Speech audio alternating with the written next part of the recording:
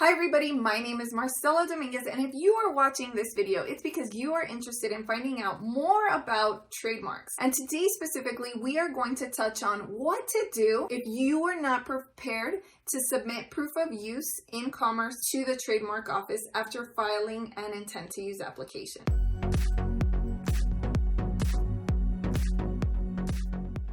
If you filed an intent to use application, it means that you told the trademark office, I would love to use this trademark, but I want you to give me the green light first. And until you give me that green light, I'm just going to wait patiently to start using my trademark. So once you receive the green light from the trademark office, which is essentially the notice of allowance, then you should be prepared to file proof of use in commerce. And in order to file your proof of use in commerce, like I said, you have to receive a notice of allowance. If you have not received a notice of allowance, hold on tight and be patient. But if you did receive the notice of allowance, then that means, okay, submit proof of use. And so lots of people ask, well, what if I'm not using the mark yet? What if I'm not prepared? What if my branding is going to take another 6 months or another 7 months? How long do I have to respond to the trademark office? You can request an extension every 6 months from the trademark office for up to 3 years. Let's say that it is January and your deadline is coming up at the end of January. Well, before your deadline approaches, you want to file an extension, and that extension will grant you another 6 months. Now, if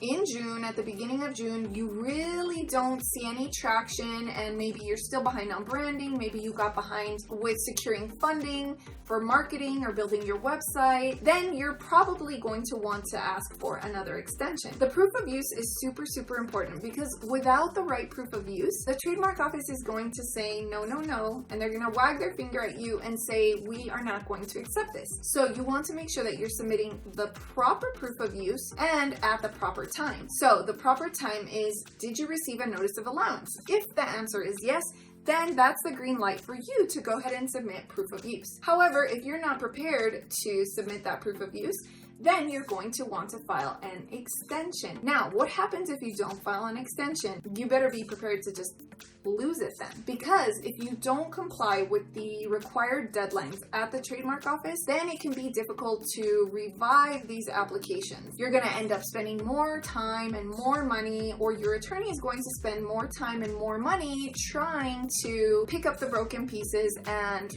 resubmit everything to the trademark office. So although it's not a difficult thing to do, it's still something that's going to cost you more time and more money. So before you get into that type of trouble or turmoil, you want to make sure that you just request an extension. Now, if you need help filing those extensions, feel free to contact us at the link down below. If you want to learn more about statements of use, then I invite you to watch the other video, which is linked down below, which will tell you everything you need to know about whether or not filing an intent to use application is appropriate for you.